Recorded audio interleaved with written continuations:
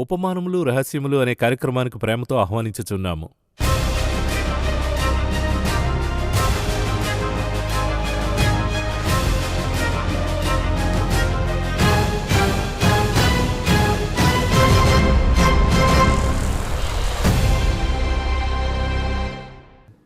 కొత్త నిబంధనలో Jesus Christ రాసిన పలు ఉపమానములు ఈరోజు వర్తిస్తాయి. ఆత్మీయ జీవితానికి మాత్రమే కాదు, హెవెన్లీ సీక్రెట్స్ కూడా అందులో ఇమిడున్నాయి. సరే, ఇది ఒకవైపు. ఓల్డ్ టెస్ట్మెంట్లో పలు ఉపమానములున్నాయి. ఈ రోజు అలాంటి ఒక ముఖ్యమైన ఉపమానమును మనం చూడబోతున్నాం. Let's welcome brother MD Jagan. Brother Jagan, కార్యక్రమానికి స్వాగతం. న్యూ టెస్ట్మెంట్లో మన ప్రేక్షకులు చాలామంది యూట్యూబ్లోను టీవీలోనూ చూసి ఈ ఉపమానం మేము ఇలా చూసాం, బట్ ఈ కోణంలో చూడలేదని వారు రెస్పాన్స్ చేస్తున్నారు. ఇది న్యూ టెస్ట్మెంట్లో చాలా డెప్త్ అయిన విషయాలు క్రైస్ట్ రాశారు. ఓల్డ్ టెస్ట్మెంట్ మనం చూస్తున్నాం, బట్ అందులో ఉన్న పారబుల్స్ మనం డీప్గా స్టడీ చేయలేదు. ఈరోజు ఒక డిఫరెంట్ అయిన పారబుల్ చూస్తున్నాం, ఓల్డ్ టెస్ట్మెంట్లో ఉండే పారబుల్. ముఖ్యంగా చెప్పాలంటే యెహెజ్కేల్ అనే చాలా గొప్ప ప్రవక్త. మనం ఆ పారబుల్కి వెళ్ళడానికి ముందు ఓల్డ్ టెస్ట్మెంట్లో దేవుడే వచ్చి రివీల్ చేస్తున్నాడు. న్యూ టెస్ట్మెంట్లో జీసస్ క్రైస్ట్ చెప్పి రాయబడిన ఒక ఉపమానము. ఇక్కడే దేవుడే సరిగ్గా ప్రాఫిట్స్కి రివీల్ చేస్తున్న విషయం చూస్తున్నాం. అప్పుడు దేవుడు ఏదో ఒక విషయాన్ని చెప్పాలి మన ప్రజలకి, అలా అని చెప్పి ఆయన కొన్ని పారబుల్స్ చెప్పడాన్ని మీరు ఎలా చూస్తున్నారు? ఇప్పుడు మీరు చూసినట్లయితే కీర్తనల గ్రంథంలో ఒక వాక్యం ఉంటుంది, నేను నోరు తెరచి ఉపమానం చెప్పేదేనని కీర్తనలను చెప్పి సామ్స్లోనే.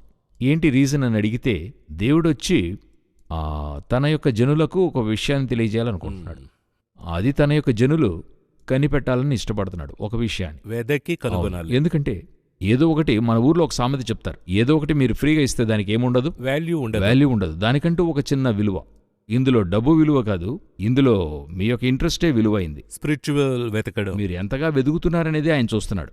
అప్పుడు ఆ వెతకడం కొరకే ఉపమానంగా చెప్తూ ఉన్నాడు. అదే సమయంలో అది వచ్చి మీకు మాత్రమే ఇస్తున్నానని చెప్తే మిమ్మల్ని అధికంగా ప్రేమిస్తున్నానని అర్థం. అందువల్ల ఉపమానం మీకు అర్థమయ్యేలాగా తెలియజేస్తున్నాడు. పక్కనున్న వాడికి అది కథగానే ఉంటుంది. పలు సమయాల్లో ఇది ఒక కూడికగా, కథగా, అక్కడ సిచ్యువేషన్కి తగినట్టుగా అనిపిస్తుంది. ఆరంభంలో నేను చదివేప్పుడు కూడా అక్కడ ఆ సిచ్యువేషన్లో వారితో మాట్లాడుతున్నట్టుగా ఉండింది. ఎందుకంటే మాథ్యూ 13లో దాని వెనుక రహస్యాలు ఉన్నాయని చెప్పిన తర్వాత ఆ సీక్రెట్స్ని, అది ఏంటనేది మనం చదవన ఆరంభిస్తున్నాం. ఓల్డ్ టెస్టిమెంట్లో వచ్చి మనమెప్పుడు కూడా చెప్పుకుంటుంటాం, ఈ బైబిల్లో వచ్చి మనం అండర్ ఎస్టిమేట్ చేసిన ప్రాఫిట్స్ ఎంతోమంది ఉన్నారు. అవును, మనమే అలా భాగించాం. ఆ మేజర్ ప్రాఫిట్స్, మైనర్ ప్రాఫిట్స్ అని చెప్పుకుంటుంటాం. ప్రాఫిట్లో మేజర్ లేడు, మైనరు లేడు, అందరూ మేజరే. అది ఇంకా చెప్పాలంటే యోవేలంతా 2-3 అధ్యాయాలే ఉంటాయి. బట్ స్టిల్ నౌ 2000 సంవత్సరాలుగా ఆ బుక్కు ఎంతో వాల్యుబుల్ అయింది. ఈనాటికి వెలుగులో ఉంది. పలు సమయాల్లో ఓల్డ్ టెస్టిమెంట్ని మనం వాగ్దానాలకు మాత్రమే ఉపయోగించేమేమో అని విచారం కలుగుతుంటుంది. ఆ యెహెజ్కేలు మటుకైతే మీరు యోహాను దగ్గర, ఆ యోహాను రాసిన ప్రకటన గ్రంథములో ఏ ఏ కార్యాలు మీరు చూస్తున్నారో అవన్నీ కూడా మీరు ఇందులో చూడొచ్చు. అలా యోహానుకి ఈయనకి ఎన్నో పోలికలను మనం చూడొచ్చు. యోహాను చెరపట్టబడి పాట్మస్ ఐలాండ్కి, ఆ పద్మసు ద్వీపములో బంధించబడ్డాడు. యెహెజ్కేలు కూడా చెరపట్టబడి బబులోనుకు కొనిపోబడ్డాడు. ఆ యోహాను వచ్చి చెరపట్టబడినప్పుడు యేసయ్య యొక్క శిష్యుడు అతడు. మీరా కోణంలో చూడాలి, అవును, జాలరిగా చూడకూడదు, అపోస్తులునిగా చూడాలి. ఇతడు చెరపట్టబడినప్పుడు ఎంతో వాల్యుబుల్ ఫ్యామిలీ. ఎందుకంటే నెబుకద్నెజరు తీసుకెళ్లిన వాళ్ళు ఎవరని చూస్తే, దానియేలు 1వ అధ్యాయంలో మీరు చదివి చూస్తే, దానియేలు 1లో ఆ నెబుకద్నెజరు తీసుకెళ్లిన వాళ్ళందరూ కూడాను వాల్యుబుల్ పర్సన్స్. ఇంకా చెప్పాలంటే తనకు తెలిసినంతటిలో అటువంటి వారిని అక్కడే వదిలిపోయారు. బాగా చదివిన వారిని, రాజకుటుంబికులు, అందమైన వారు, సమర్థులు, జ్ఞానవంతులు అందరినీ కొనిపోయారు. అలా తీసుకెళ్లిన ఫస్ట్ బ్యాచ్లోనే యెహెజ్కేలు ఉండాడు. సో ఈయన కాలఘట్టం, ప్రాఫెసీ చెప్పిన కాలఘట్టాన్ని చూసినట్లయితే 590 నుండి 570 వరకు క్రీస్తు పూర్వం. అంటే మనం ఏం చెప్తాం, బీసీ అంటాం. ఆ 593 టు ఒక 570 వరకును ఈయన కాలఘట్టం. అలా ఓల్డ్ టెస్టిమెంట్ మనకు వెనక నుండి వస్తుంది, మీకు తెలుసు.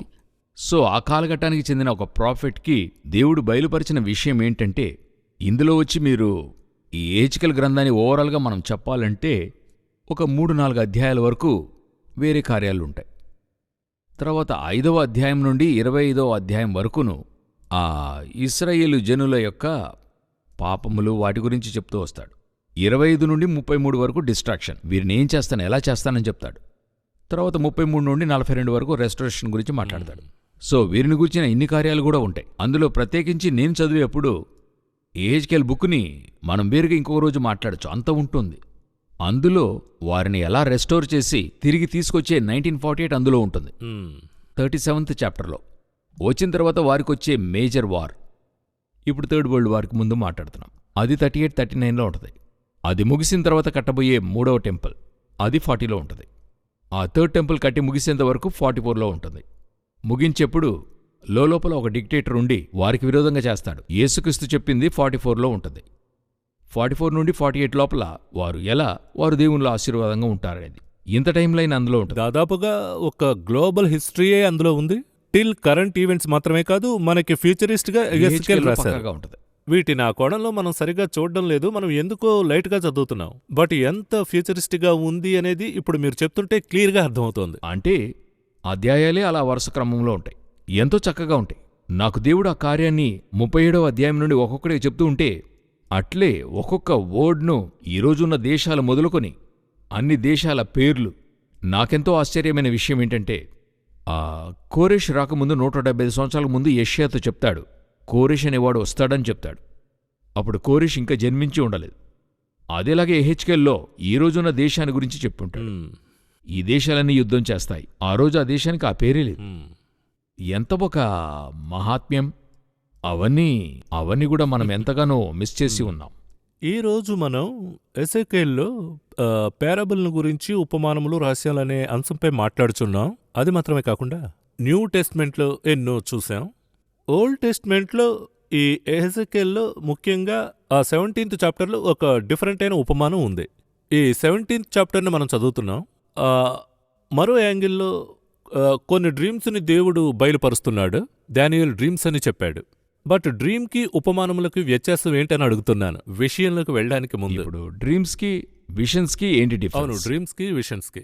ఈ డ్రీమ్కి విషన్కి డిఫరెన్స్ దొరికినట్లయితే మనకి ఉపమానాలకు కూడా దొరికినట్టే. అవును, కళ దర్శనమా అలా అని ఒక దాని చేసుకుంటే ఇది ఈజీగా అర్థమవుతుంది. సరే, అయితే అది ఏంటంటే రెండిట్లోనూ ఆయన యూజ్ చేసే లాంగ్వేజే ఉపమానము. ఓకే, ఒక్కొక్క దానికి లాంగ్వేజ్ ఉన్నట్టుగా ప్రొఫెసీకి ఒక లాంగ్వేజ్ ఉంది.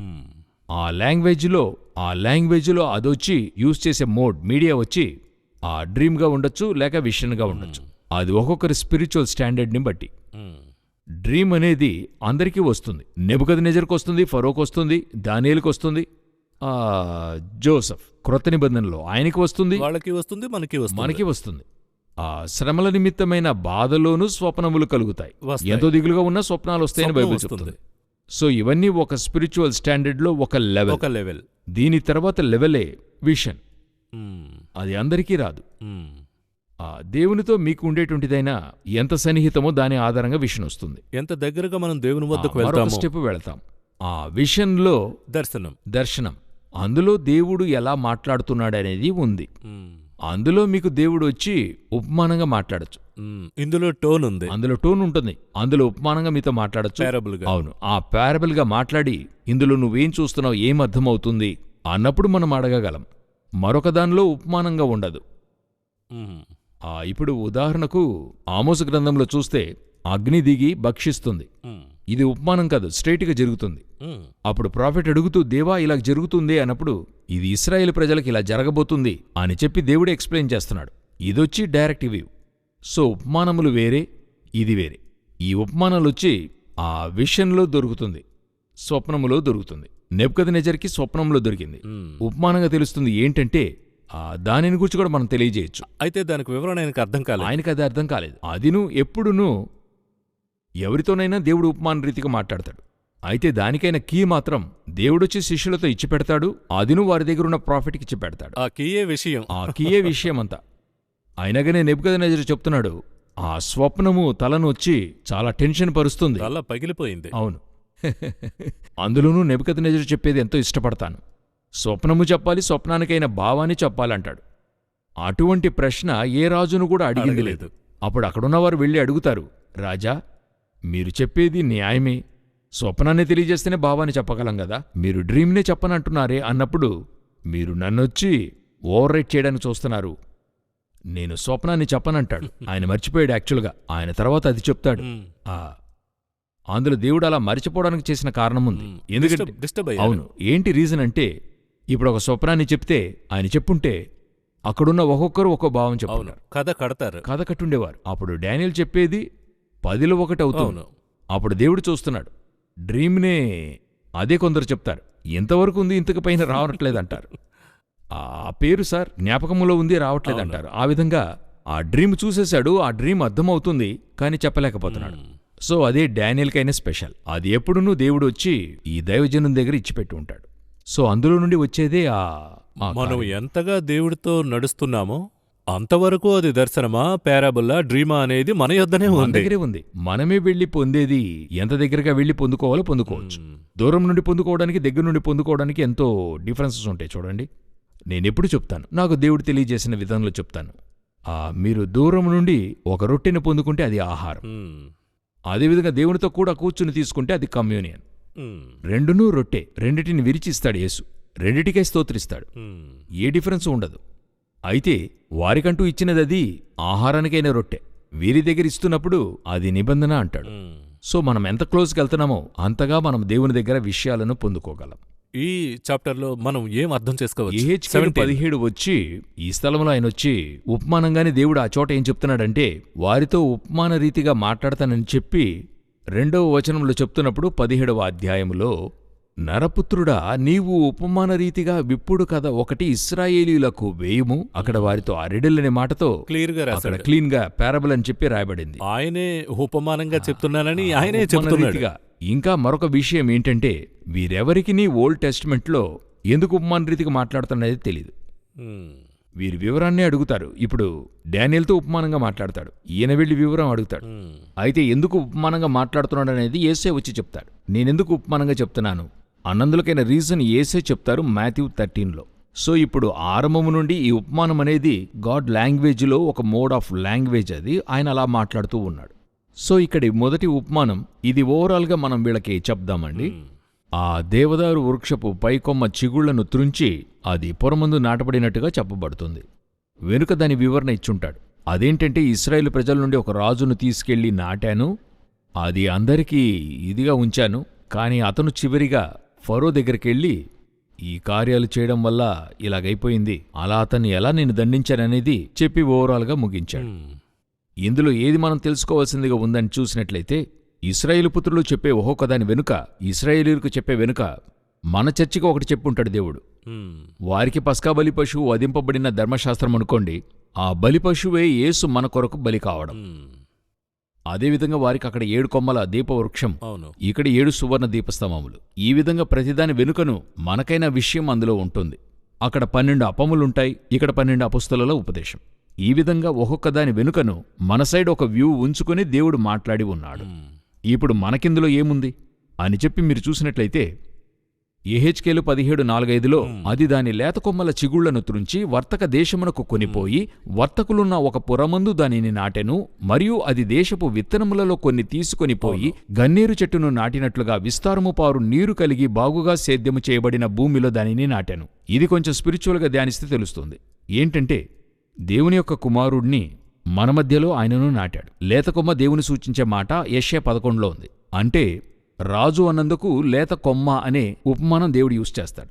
అప్పుడు యేసుక్రీస్తును మన మధ్య ఉంచి మనల్ని ఆశీర్వదించి మనం గొప్ప వృక్షంగా మారి, మనకు దేవుడొచ్చి అందులో అతి ముఖ్యంగా ఏంటంటే, విస్తారము పారు నీరు కలిగి బాగుగా సేద్యము చేయబడిన, నీరన్నది పరిశుద్ధాత్మకు సూచన, నదివలి ప్రవహిస్తాడని చెప్తాం.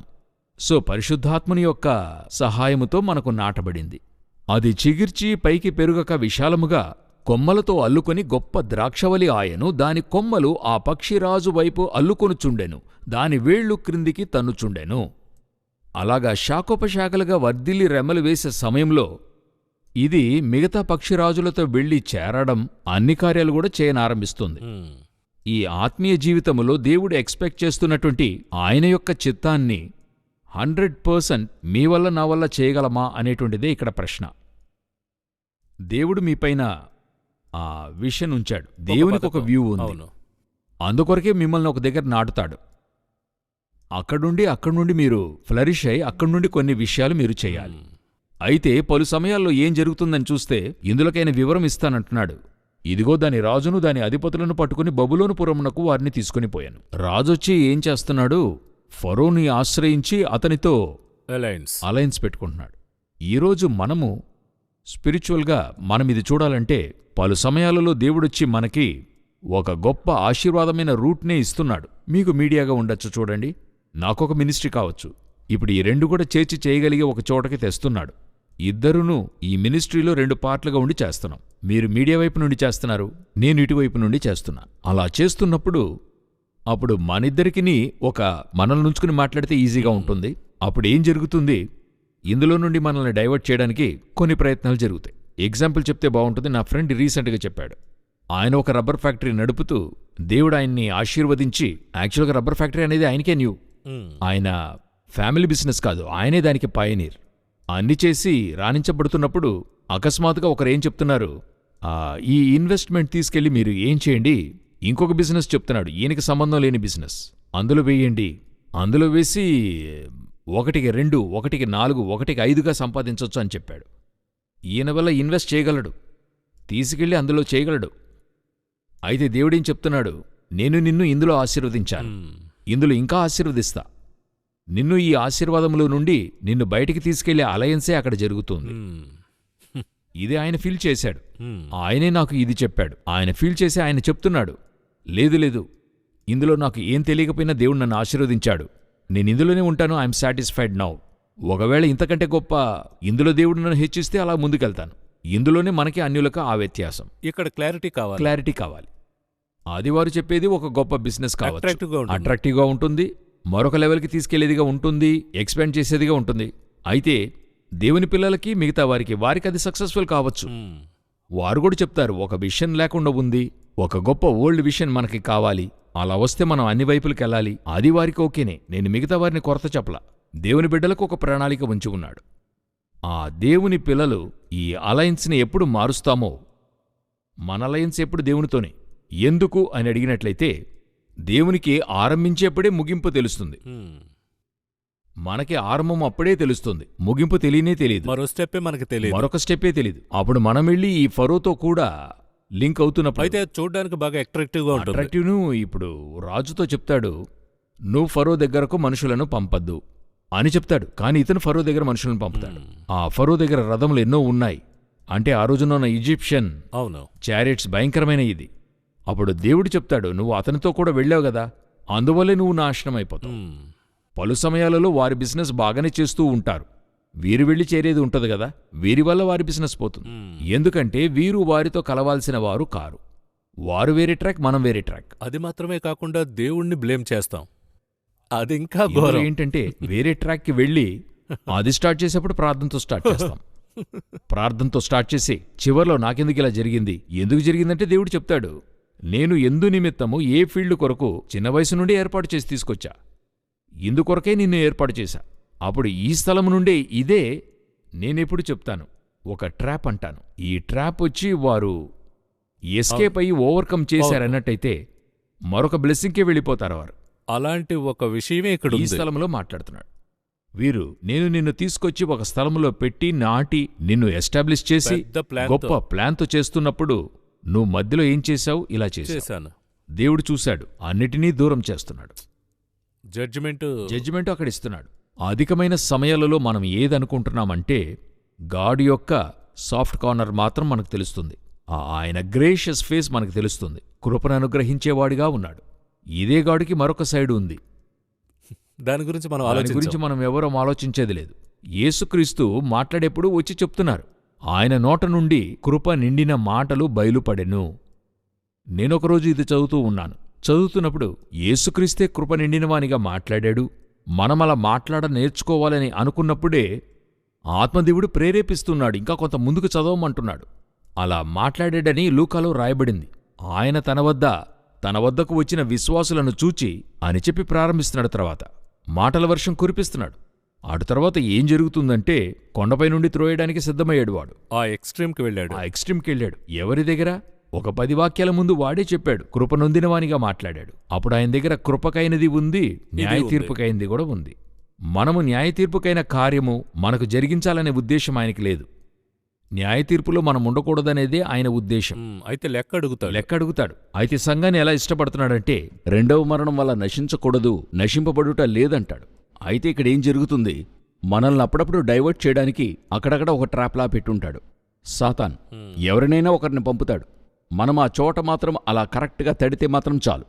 డైవర్ట్ చేసే విషయం అలా తట్టి ముందుకు వెళ్ళిపోతే చాలు. ఇప్పుడు వాక్యం చెప్తుంది, ఇదొచ్చి దేవుడు ఏం చెప్తున్నాడు? అది పెరిగి అది విశాలముగా కొమ్మలతో అల్లుకుని గొప్ప ద్రాక్షవలి ఆయను. అయితే ఇప్పుడు చిగురించునా, 9వ వచనం, చిగురించునా, అది ఎండిపోవునట్లు జనులు దాని వేళ్లను పెరికి దాని పండ్లు కోసివేతురు. దాని చిగుళ్ళు ఎండిపోగా ఎంతమంది సేదెగాండ్రు ఎంతసేపు చేసినను దాని వేళ్ళు ఇక చిగిరింపవు. ఏమర్థమంటే ఒక గొప్ప వ్యక్తి వచ్చి ఇశ్రాయేలీయులను ఏదన్నా చెయ్యాలనేది లేదు. నేననుకుంటే వారిని అలాగే నాశనము చేయగలను, వారి చేతులారే పోగొట్టుకుంటారు అని అంటాడు. ఇశ్రాయేల్ జనుల యొక్క చరిత్రను మీరు చూడండి.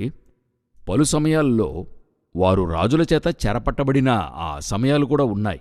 పలు సమయాల్లో వారిలోనే వాదన కలిగి వారు బాధింపబడిందే అధికం. రాజుల దగ్గరికి వెళ్ళిందానికంటే రాజుల దగ్గరికి 2-3 సార్లు వెళ్ళుంటారు. అయితే వారికి వారే బాధింపబడిందే అధికం. ఇందులో మనం అర్థం చేసుకోవలసిన విషయం ఏంటంటే, మనకి విరోధి బయట లేడు, విరోధి మనలోనే ఉన్నాడు. మన మనుషులను కొరత చెప్తున్నాం, వారిలా చేశారు, వారలా చేశారు. దేవుడు చెప్తున్నాడు, నువ్వు సరిగ్గా ఉంటే నిన్ను ఎవరు ఏం చేయలేరు. నాకు తెలిసి ఆత్మీయ జీవితంలో సరిగ్గా ఉంటున్నప్పుడు పోరాటాలు వస్తాయి, రాకుండా ఉండవు. అయితే అపజయం అనేది ఉండదు. అందులో నుండి దేవుడు బ్లెస్సింగ్ ఇస్తూ ఉంటాడు. అయితే ఇక్కడేం జరుగుతుంది? మనకి మనమే పలు స్థలాలలో వచ్చి నాశనానికైన కార్యాల్లో ముడిపడుతున్నాం. అదే ఈ స్థలంలో పూర్తిగా చూస్తున్నప్పుడు మొదటిగా అంటే 10వ వచనం వరకు మనం చూస్తూ ఉన్నాము. దాని కార్యాలను ఆయన చెప్తున్నాడు. సో ఈ కార్యములు ఇక రిపీట్ అవుతుంది మరొకసారి. హిస్టరీలో ఏమవుతుంది? ఇది రిపీట్ అవుతుంది. 1948 టు 2024 వరకు మీరు చూసినట్టయితే ఇశ్రాయేల్ ప్రజలు ఈరోజు వరల్డ్లో ఒక బ్లెస్సెడ్ఫుల్ కంట్రీగా ఉన్నారు. అయితే ఈ బ్లెస్సెడ్ఫుల్ కంట్రీ ఈ జరిగిన 75 సంవత్సరాల కాలంలో ఎంతవరకు దేవునికి సమీపంగా ఉన్నారని చూడాలి. అప్పుడు వీరొచ్చి ఎవరెవరితో నిబంధన చేయకూడదో వారందరితో నిబంధన చేశారు. మరలా వీరికి విరోధమైన కార్యాలు జరుగుతాయి. జరుగుతున్నప్పుడు ఈసారి వారు తమ దేశము నుండి తరిమి వేయబడరు. అయితే గొప్ప క్రూరత్వాన్ని సంధిస్తారు. దేశంలోనే ఉంటారు. వారు ఎదురుచూడని రీతిలో ఒక గొప్ప సమస్య, ఈరోజు జరుగుతున్న సమస్యను గాని వారిని గురించి చెప్పడం లేదు. ఇది దేని గురించి చెప్పబడింది, మరొక యాంగిల్ ఏదని చూసినట్లయితే, ఆ సంఘం ఎత్తబడిన తర్వాత, రాకడ తర్వాత వీరికొక 7 years ట్రిబులేషన్ పీరియడ్ ఉంటుంది. వీరెందుకు ఆ ట్రిబులేషన్ అనుభవిస్తున్నారన్నందుకు కారణముంది.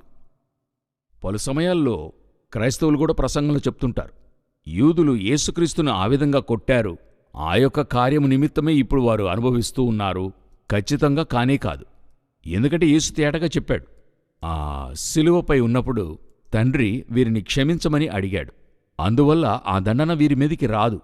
ఇప్పుడు వీరు చేసే కార్యములు ఇప్పుడు వీరు చేస్తూ ఉన్నారు. ఇంతకుముందు చేసిన దానికి అనుభవించి ముగించారు. 1800 సంవత్సరాలు అనుభవించే ఇక్కడికొచ్చారు. ఇప్పుడు ఒక 75 సంవత్సరాలు జరిగింది కదండి. దీనికైనా అగ్ని వారి మీదకి వస్తుంది. అన్లెస్ వీరు క్షమాపణ అడిగేంతవరకు. వీరే యేసును అంగీకరించలేదే, అప్పుడు ఖచ్చితంగా దీనికైన తీర్పు వారి మీదికి వస్తుంది. వచ్చినప్పుడు ఒక గొప్ప రీతిలో ఈ కార్యాలు జరుగుతాయి. అదే ఎండిపోవడం, చిగురించడం. తిరిగి వారిని నాటుతానంటాడు. ఈ స్థలంలో చెప్తాడు, నేనే ఘనమైన చెట్టును నీచమైనదిగాను, నీచమైన చెట్టును ఘనమైనదిగాను చేయువాడను. పచ్చని చెట్లు ఎండిపోవునట్లును, ఎండిన చెట్టు వికసించున్నట్లు చేయువాడననియు భూమి అందంతటా సకలమైన చెట్లకు తెలియబడును. ఇక చివరిగా, యెహోవాకు నేనే ఈ మాట సెలవిచ్చితిని, నేనే దాన్ని నెరవేర్చెదను. అది లాస్ట్. సో వారిని ఏం చేస్తాడు? తిరిగి తీసుకుని వస్తాడు. తీసుకొచ్చి వారిని మరలా అదే స్థలానికి తీసుకొస్తాడు. ఇదే ఇశ్రాయేలు ప్రజలకైనా ఒక వ్యూ ఇందులో ఉన్నది. అయితే ఇందులో మరొకటి మనం తెలుసుకోవాల్సింది ఏంటంటే, మనకి చర్చ్కి మనం తెలుసుకోవాల్సింది, ఆశీర్వాదంగా ఉంచాడు, నేను బాగున్నాను, సూపర్గా ఉన్నాను, నిజం, గాడ్ బ్లెస్డ్ us. అయితే ఈ ఆశీర్వాదం దక్కించుకుంటామో లేదో అనేది మన చేతిలోనే ఉంది. ఎప్పుడు మనము దేవుడు చెప్పని చోటికి వెళ్ళి మన యొక్క కూటమి ఉంచుతామో ఆ రోజున ఇక్కడ చెప్పబడిన అన్ని న్యాయ తీర్పులు మన మీదికి వస్తాయి. వీరేం చెప్తున్నారంటే, దేవుడు నీతిగలవాడు, న్యాయవంతుడు, కృపగలిగినవాడు, అటువంటివి చేయడు. క్షమిస్తాడు. క్షమిస్తాడు అని చెప్తూ ఉంటారు. దేవుడు క్షమిస్తాడు. ఇప్పుడు మీరు ఈ అద్దం పగలగొట్టారు, ఈ టంబ్లర్ని. ఇప్పుడు మరలా ఏం చేశారంటే తిరిగి అతికించేశారు, అన్నీ చేశారు. అయితే అది పగిలిపోయిన దానికైనా వీక్నెస్ అందులో ఉంటూనే ఉంటుంది, ఖచ్చితంగా ఉంటుంది. ఏది చేసినా అందులో ఒక చిన్న ఇప్పుడు పళ్ళు పెట్టుకుంటుంటారు, సిరామిక్ పళ్ళు పెడుతుంటారు.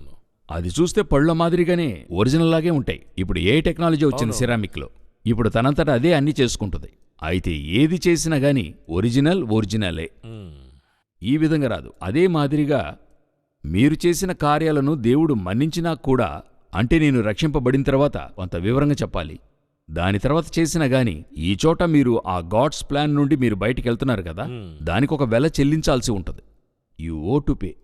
ఆ పే రాకుండా పోవడం అనేదే ఒక బ్లెస్సింగ్, అదే రియల్ బ్లెస్సింగ్. అదే ఈ చోట దేవుడు చెప్పదలుస్తున్నాడు. అప్పుడు మీరు చెప్పే టోటల్ సారాంశం ఏంటంటే, దేవుని ట్రాక్లో మనం ఉన్నామంటే మనకి ఆయన చాలా సమస్తాన్ని ఇస్తారు.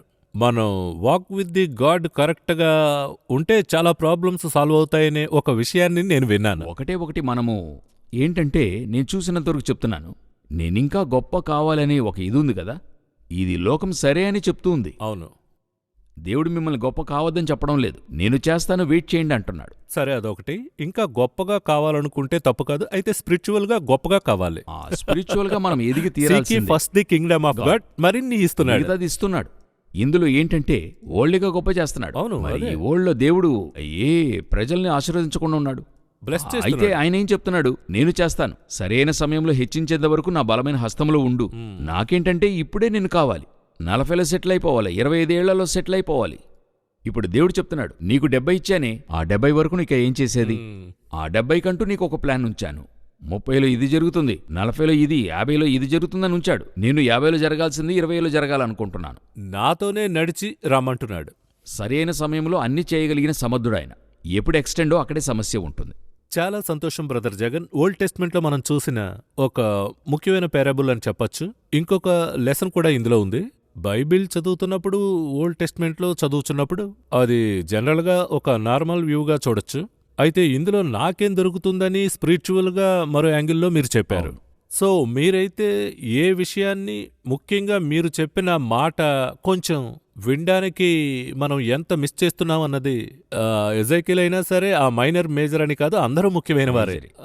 అది కాకుండా మీరు ఆమోసును గురించి చెప్పినప్పుడు ఆయన ఎంతగానో చాలా చాలా విషయాలు మనం 2 చాప్టర్లే ఉన్నాయని లైట్ గా తీసుకున్నాం. అలా అని చూడక డెప్త్ గా లోపలికి వెళ్ళడానికి ఇది ఒక పునాదిగా ఉంది.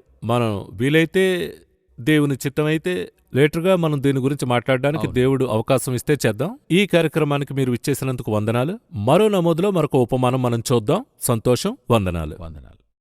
ఉపమానములు రహస్యములు అనే ఈ కార్యక్రమాన్ని మీరు వీక్షించినందుకు వందనాలు. ఈ కార్యక్రమం మూలంగా దేవుని రాజ్య రహస్యములను ఎరిగి ఉన్నారని మేము విశ్వసిస్తున్నాము. ఈ కార్యక్రమాన్ని పలువురికి తెలియజేయండి.